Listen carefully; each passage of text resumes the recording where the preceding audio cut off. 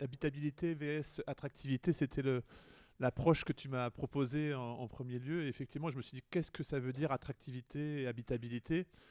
Ce qui relie en fait ces deux termes, c'est la question de l'expérience, je pense, la question de l'expérience d'un territoire. Et c'est effectivement intéressant à travers cette infrastructure dont tu parlais et que je vais redévelopper un peu plus loin, mais que la question du GR 2013, qui est ce sentier de randonnée sur l'aire métropolitaine marseillaise, ex-Marseille, Salon de Provence, l'échelle du département des Bouches-du-Rhône. Je vous en reparlerai, je vais vous montrer les photos. Et pour mettre en récit tout ça, je vais vous proposer, moi aussi, comme à Los Angeles, de partir en voyage. On va effectivement euh, quitter nos chaises et nos chaussures pour enfiler des bottes. Je vous invite là à partager une expérience qui nous a été commandée en 2017 par n'importe qui, par Euroméditerranée, qui est un établissement public, un EPA, sur l'aménagement d'un territoire, d'une zone économique, de développement, d'attractivité sur Marseille, qui nous demande de remonter un fleuve, celui des Égalades.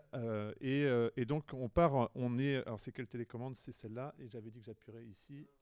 Voilà. C'est juste pour avoir mon timing. Et on nous demande de remonter ce fleuve, de monter une expédition pour remonter ce fleuve et retrouver sa source. On est en train de remonter, on cherche la source qu'on ne trouve pas forcément facilement. On remonte ce ruisseau qui fait à peu près une quinzaine de kilomètres dans l'aire métropolitaine marseillaise. On n'est pas du tout dans la jungle, comme je vous ai cru vous faire croire au démarrage. On est vraiment 15 kilomètres qui structurent, qui relient le littoral à Marseille. Vous voyez peut-être les gratte-ciels qui sont sortis de terre il y a une dizaine d'années, la tour Zéadide. Le ruisseau, ce fleuve côtier se déverse à cet endroit-là et remonte dans les collines sur une quinzaine de kilomètres. On parlait de changer de regard sur un territoire. En fait, dans cette question écologique et dans ces territoires abîmés, parce qu'ici, effectivement, on est en plein héritage industriel de la ville, dans ces quartiers nord, il faut d'abord avoir un regard. Et des fois, en fait, juste dans cette question de notre rapport au territoire, c'est de construire ce regard. Et peut-être par là aussi de développer des égards. En fait, quoi. C'est la question, et là où ça nous rejoint à la question écologique. Et du coup, ce ruisseau des Égalades, c'est un impensé urbain.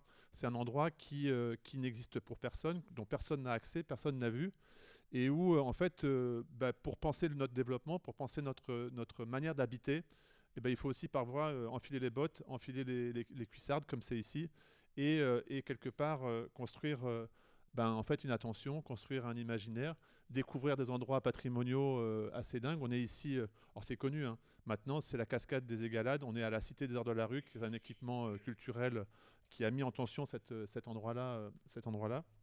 Et, euh, et dans la méthodologie pour construire ce regard sur ces endroits-là, c'est aussi de mettre en dialogue. Et là, on est dans notre expédition qui s'arrête à un endroit, on met en dialogue ici au milieu un scientifique qui étudie le ruisseau des Égalades. On a à côté un aménageur qui est de l'établissement public qui nous parle aussi du ruisseau. On a aussi un gestionnaire qui a la responsabilité de la gestion de l'eau qui coule à cet endroit-là. On a aussi des services des collectivités territoriales qui ont la question du contrat de baie. Enfin, voilà. Donc on a réuni dans cette expédition-là et on a mis en dialogue l'ensemble des parties prenantes de ceux qui ont à voir, à dire autour du ruisseau. Deux constats ressortent, là on est en fin 2017, et puis j'oublie dans cette histoire-là nos artistes, parce que nous sommes le bureau des guides, je vais y revenir après, mais on est une association qui travaillons aussi par la pratique artistique et la création. Et on a des artistes qui sont là, pas simplement pour mettre en partage et construire les imaginaires, mais aussi pour questionner les rapports qu'on peut avoir avec notre environnement, qui est ici le ruisseau des Égalades. Donc les artistes posent aussi les questions aux uns aux autres. Deux constats ressortent de cette expédition qu'on a montée en 2017 pour Euroméditerranée et l'Agence de l'eau et dans le cadre d'un contrat de baie. C'est que, de tous ceux qui ont à voir et à dire autour de ce ruisseau des Égalades ne se connaissent pas entre eux.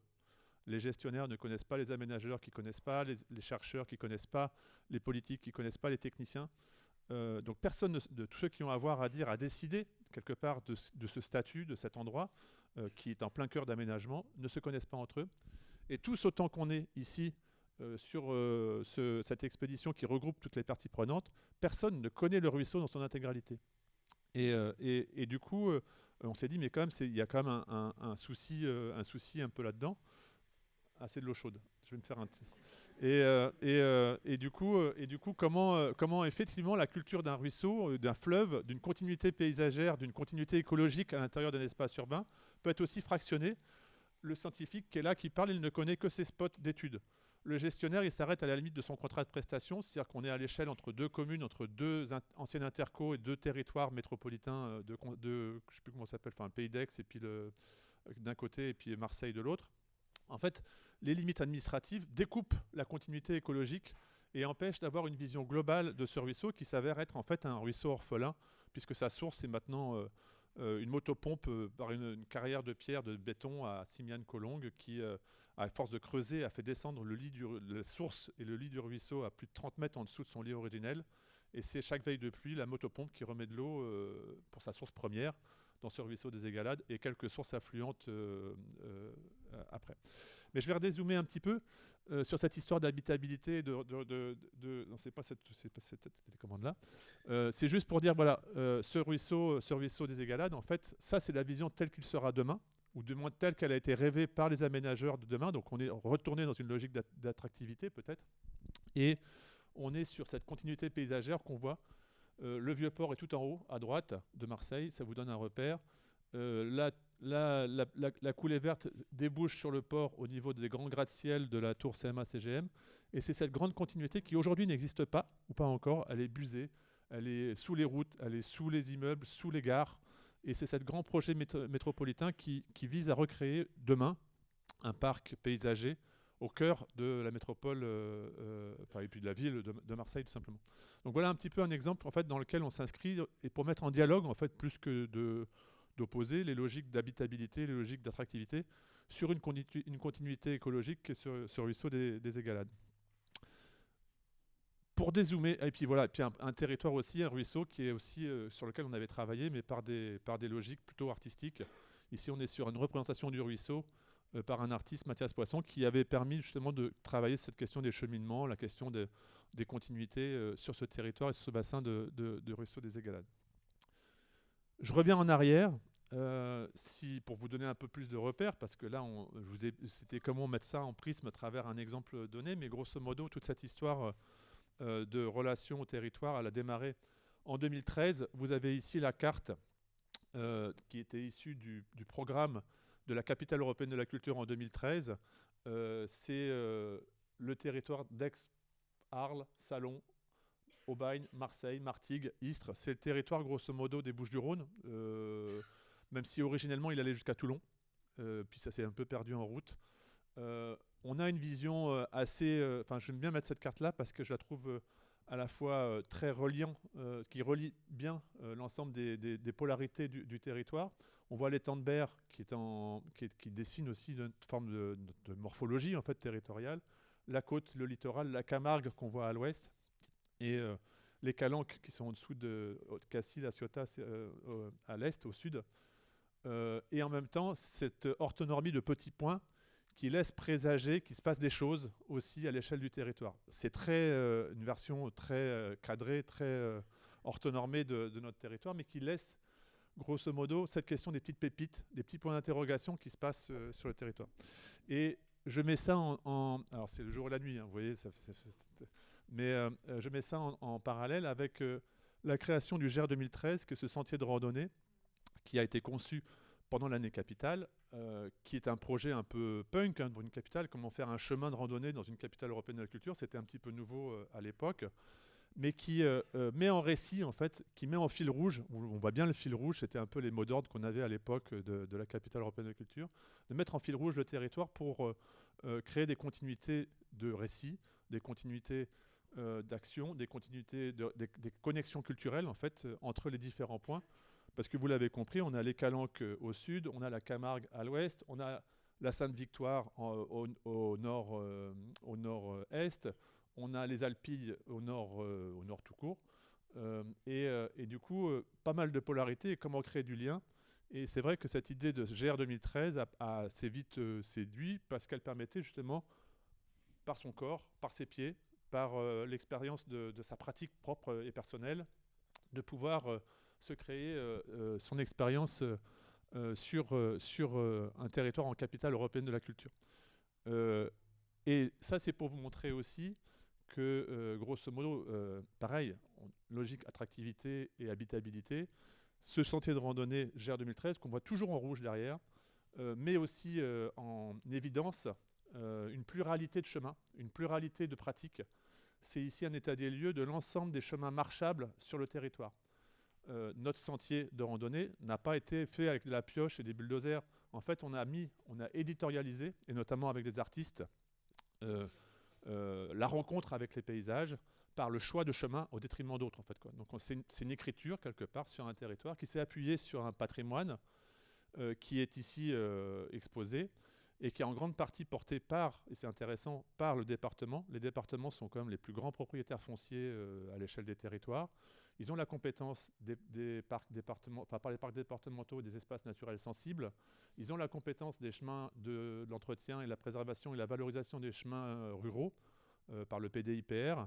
Et on s'est trouvé effectivement là avec le département à travailler très efficacement en fait sur la question de la création de cette continuité pédestre de 365 km qui croise 38 communes sur le département, sur 110, c'était quand même pas mal, c'était quand même un beau projet territorial, et qui valorise toute notre manière d'habiter un territoire issu de pas mal d'héritages, l'héritage maritime, l'héritage donc et culturel et multiculturel qui en est lié, parce qu'on est une ville de port, on est un port, l'héritage de l'agriculture, l'héritage de l'industrie et les enjeux écologiques aussi qu'on croise fortement sur un bassin de population de presque 2 millions d'habitants à l'échelle de massifs et de continuité, enfin d'entités écologiques très fortes, notamment avec l'étang de Berre à l'ouest et la chaîne de l'Étoile Garlaban qu'on voit un peu marcher ici à l'est. Donc voilà un petit peu l'infrastructure GR 2013 qui nous permet effectivement de valoriser l'ensemble de ces pratiques. Et puis, effectivement, aussi dans cette histoire de relations, ici c'est une carte qu'on avait fait pour un projet qui s'appelait 1000 et une nuits. C'est aussi en fait un sentier qui relie les histoires qu'on peut se raconter sur le territoire et qui forment en fait ensemble.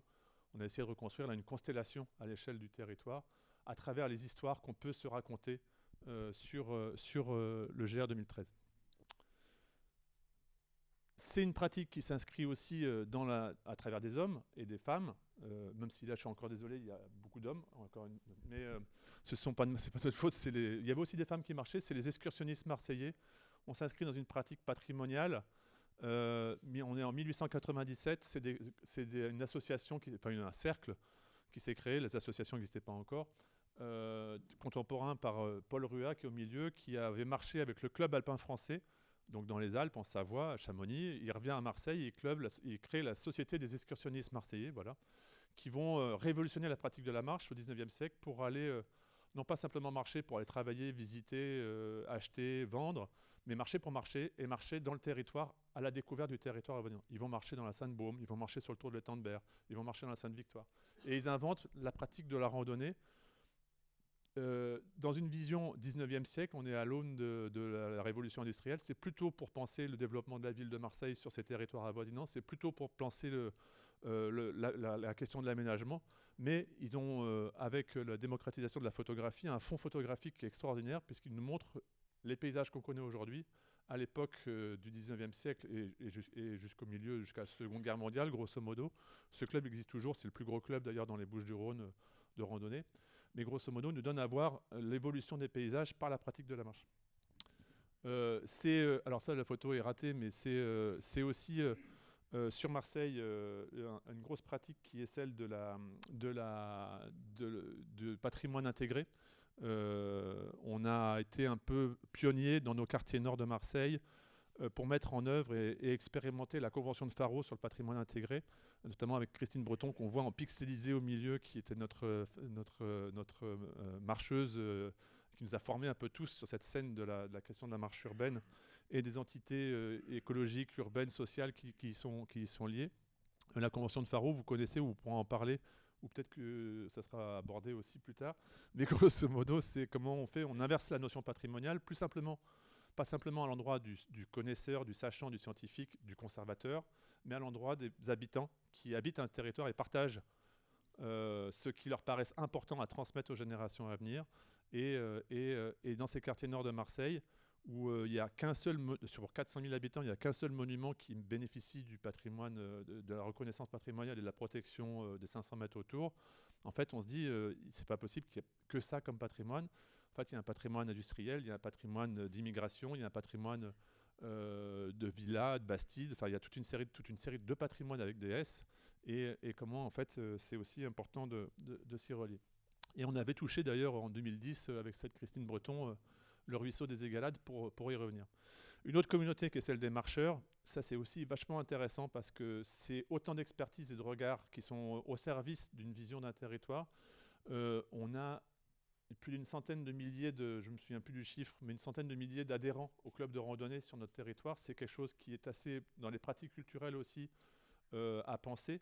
Et par l'expérience et dans l'expertise des paysages, les randonneurs sont quand même des acteurs très forts, même si des fois il faut les amener à marcher un peu ailleurs ou un peu différemment, un peu moins vite, un peu trop vite. Alors ça, c'est un peu compliqué, mais en attendant, c'est hyper intéressant de se nouer avec les randonneurs. Et on en arrive à notre bureau des guides, qui est une organisation, une association. C'est la bande qu'on est là à un instant T, il y a 2 ans. Qui est une association qui s'appuie sur l'infrastructure du GR 2013 pour mettre en œuvre des séries de projets à l'échelle du GR, depuis le GR 2013, et on s'en échappe. On est une association qui a été créée à la suite de la capitale européenne de la culture pour continuer à développer ce projet-là. On a été soutenu par le département avec qui on avait pensé le GR 2013. Donc, et c'est intéressant aussi parce que le département des Bouches-du-Rhône nous accompagne. Je ne dis pas juste parce que tu es là, hein, Cécile, mais c'est aussi nous accompagne parce que c'est une manière, un partenariat, une coopération au sein de l'institution qui est assez innovante puisqu'on est autant soutenu, enfin maintenant un peu plus, mais au démarrage en tout cas, autant soutenu par la direction de l'environnement que par la direction de la culture. Le démarrage s'est fait, l'amorçage de notre association s'est fait autant par une dynamique environnementale que par une dynamique culturelle. Et au service des deux. Et, on n'est pas au service parce qu'on fait notre propre projet, mais en attendant, on développe autant de sensibilité environnementale et écologique qu'une sensibilité culturelle et artistique.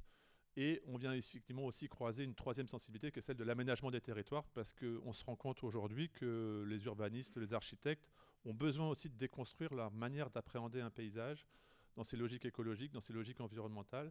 Ils ont besoin de développer des formes plus sensibles et du coup de faire appel à des artistes, à des dynamiques culturelles pour déconstruire le regard et être plus résilients, enfin voilà, développer des développements un peu plus soutenables. Il me reste 5 minutes à peine.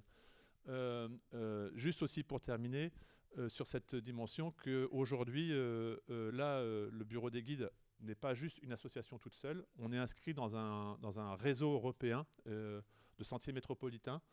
Ici, on est à Athènes et on développe des partenariats avec toute une série de sentiers. Alors Avignon, on en parlait, mais il y a Athènes, Avignon, Bordeaux, Boston, Istanbul, Milan, Marseille, c'est le GR 2013, Liège, Londres, Toulon, Cologne, Paris, Tunis. Il y en a maintenant plein d'autres. Ça, c'était une exposition qui avait lieu au pavillon de l'Arsenal.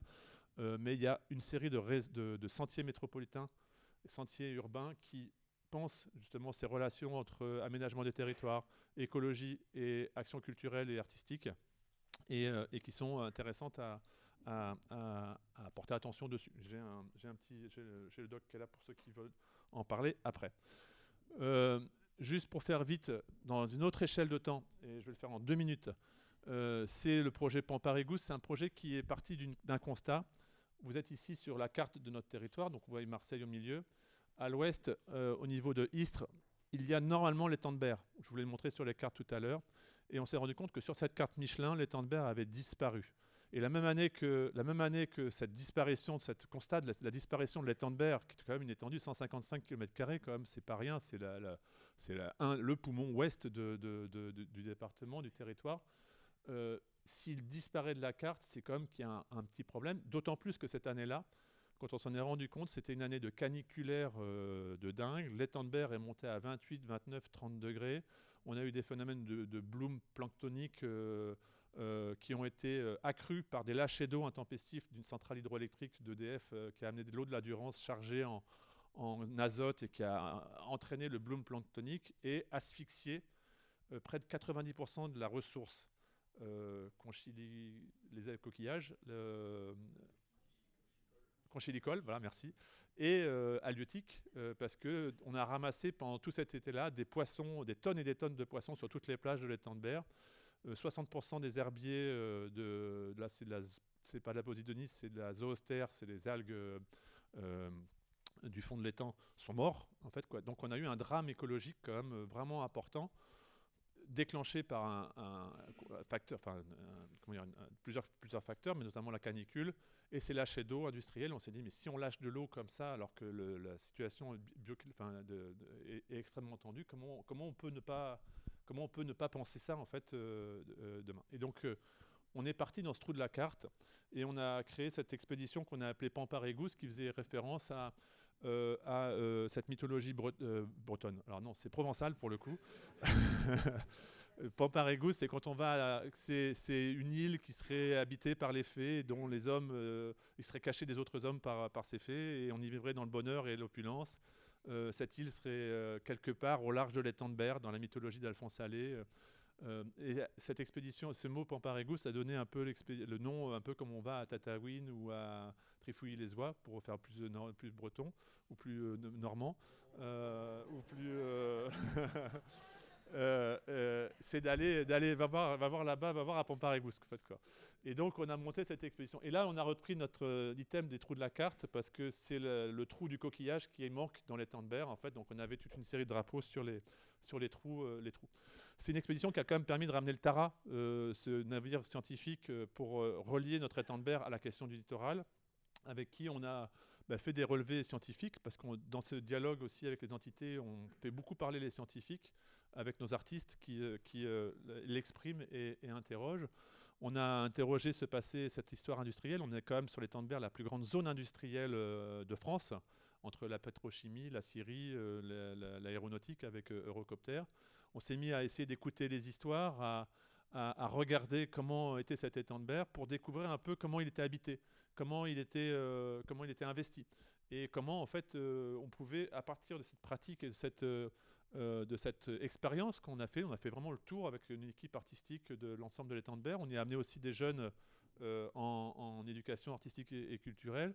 On a vraiment fait le recensement de toutes ces manières qui sont déjà là et qui habitent cet Étendebert, qui créent une relation avec l'Étendebert, et qu'on n'avait pas forcément connaissance, pas forcément une sensibilité particulière, en fait. Et puis des objets artistiques qui ont commencé à émerger pour mettre en récit cet étang. Ici, c'est le Ressenti SCAF, c'est un collectif d'artistes qui s'est dit, mais pour parler de l'étang, il faut qu'on puisse l'habiter et créer une plateforme qui flotte dessus pour pouvoir l'observer depuis les airs, avec les drapeaux, les signaux qu'on voit, et puis depuis les fonds, avec comment en fait les formes et les structures rigides permettent de reprendre vie dans cet Étendebert, et du coup de pouvoir observer cette vie qui reprend dans l'étang. Et on a retrouvé nos fées, d'ailleurs, avec un projet artistique et culturel, avec un lycée agricole qui a habité les bords de l'étang pendant une semaine avec nos équipes et des artistes pour recréer aussi de la mythologie et de l'imaginaire sur cet étang, dans une approche aussi assez intéressante, parce que c'était des jeunes en agriculture, et du coup d'habiter la lagune. Je reviens pour terminer sur notre ruisseau des Égalades, et ce sera la manière de conclure. Juste pour dire que vous avez vu un peu le parcours, hein. C'était un peu Bérénice et Cédric m'ont dit Pechacucha, c'est aussi une histoire, mais grosso modo, je termine par là. On a dézoomé, on est parti d'un prisme, on a dézoomé, on est reparti par un autre, et on revient sur notre ruisseau des Égalades. On remarque que l'eau qui coulait au 19e siècle ne coule plus aujourd'hui. Le ruisseau s'est asséché, les mines, non pas de l'os, mais de Gardanne, ont asséché. Enfin, il y a eu des drainages souterrains qui ont colossalement changé le paysage aussi provençal. Euh, euh, euh, Depuis 2017, en fait, nos équipes artistiques mettent en récit le ruisseau régulièrement. On a des conférences, on a des performances, on met en dialogue artistes, scientifiques, gestionnaires, une fois par mois sur le ruisseau des Égalades. Il y a une fête maintenant qui s'appelle la fête du ruisseau. On s'est rendu compte que dans ce qui existe et ce qui n'existe pas, pour se construire un regard, il fallait être aussi d'accord sur les mots. On parle de ruisseau, c'est un fleuve, parce qu'il se jette à la mer. On parle des Égalades, mais dans d'autres endroits, il s'appelle Caravelle, donc on n'était même pas sur le même nom, donc il a fallu travailler sur la question du ruisseau Égalade-Caravelle. Et par une pratique qui s'est formalisée par la création d'une communauté, la communauté des Gamards, c'est cette petite crevette qui a disparu du ruisseau et qui, à partir d'elle, petite crevette qui fait 2 mm, permet de mettre en récit toute la rupture écologique à cause de l'industrie, à cause de la pollution, à cause de toute une série d'anthropisation du ruisseau. Cette petite crevette a disparu et à partir d'elle, on peut raconter tout le grand paysage de ce bassin versant. Et donc ça a donné lieu à la création d'un collectif qui s'appelle le collectif des Gamards, qui se réunit très régulièrement et qui met en tension par la création de récits, par la création de toute une série d'outils, que ce soit en éducation artistique et culturelle, que ce soit sous forme d'une gazette, biannuelle, par exemple. Je vous montrerai tout ça tout cet après-midi, ou au moment comment dire, où on peut se rencontrer et discuter dans les lieux, entre les moments. Et qui met la pression sur cette question du ruisseau et qui fait qu'aujourd'hui, ça sera la slide de fin, fait qu'aujourd'hui, ce ruisseau des Égalades n'a plus le statut d'égout. Il est revenu dans la politique publique. Il est associé à un syndicat mixte, un syndicat de bassin versant. Il est considéré dans le plan le PPRI, le plan de prévention des risques incendie. Et en fait, tous ces enjeux-là de bassin versant, de gestion de l'eau, de gestion climatique par rapport aux espaces que peut permettre un ruisseau, sont maintenant reliés à la question de la politique publique. Tout ça animé par un collectif d'habitants et d'artistes depuis le ruisseau. Voilà. Qu'est-ce que j'avais une note derrière? Voilà un petit peu le truc.